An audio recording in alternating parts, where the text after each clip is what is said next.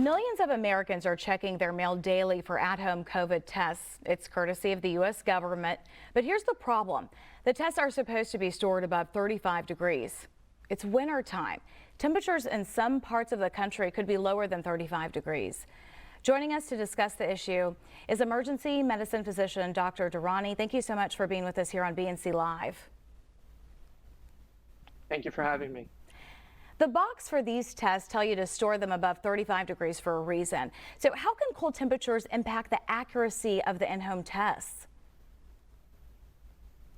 Yeah, that's a really common question I've been getting. These tests have a lot of enzymes and common kind of assays in them that function in a narrow temperature range.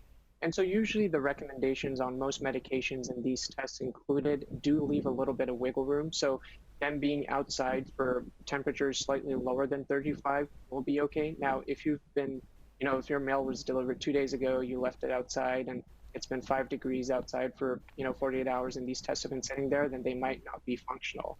But in most cases, as long as, they haven't been sitting in a mailbox for a long period of time, they've been probably transported in a temperature where they will still function. So if someone feels that their test could be compromised or even frozen, what are the steps that they should do or take to make sure that it's still working and functioning as it should? Yeah, so if it has been, say outside for an extended period of time and you feel, that it may be compromised, it's safe to assume that probably is, especially if you're symptomatic. These days, if you're symptomatic, it's probably safe to assume that it's COVID. And so I wouldn't rely on that test as being your kind of get out of COVID card. I would, try to see if you could obtain another test, call friends, family, see if a local testing site is offering tests. But if it's been compromised, it usually, once it has been, say in 10-degree weather for a few hours and those enzymes are kind of messed with, that test is essentially no longer any good. For the first time in more than a month, there are fewer than 100,000 hospital beds in use for COVID patients nationwide. That's a 38% drop from just a few weeks ago. So is it too soon to sort of feel optimistic, even though it seems like we're trending in the right direction? I think cautious optimism is okay. And so a lot of the metrics that we look at are heading in the right direction, but we're not there yet.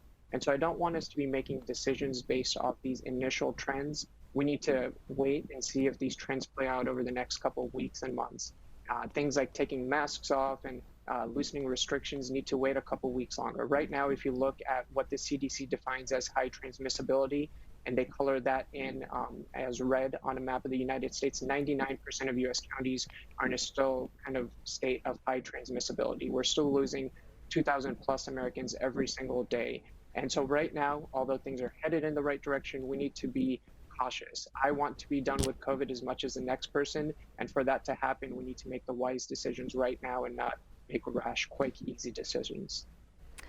Well, thank you, Dr. Durrani. Thank you so much for sharing your insight with us this afternoon.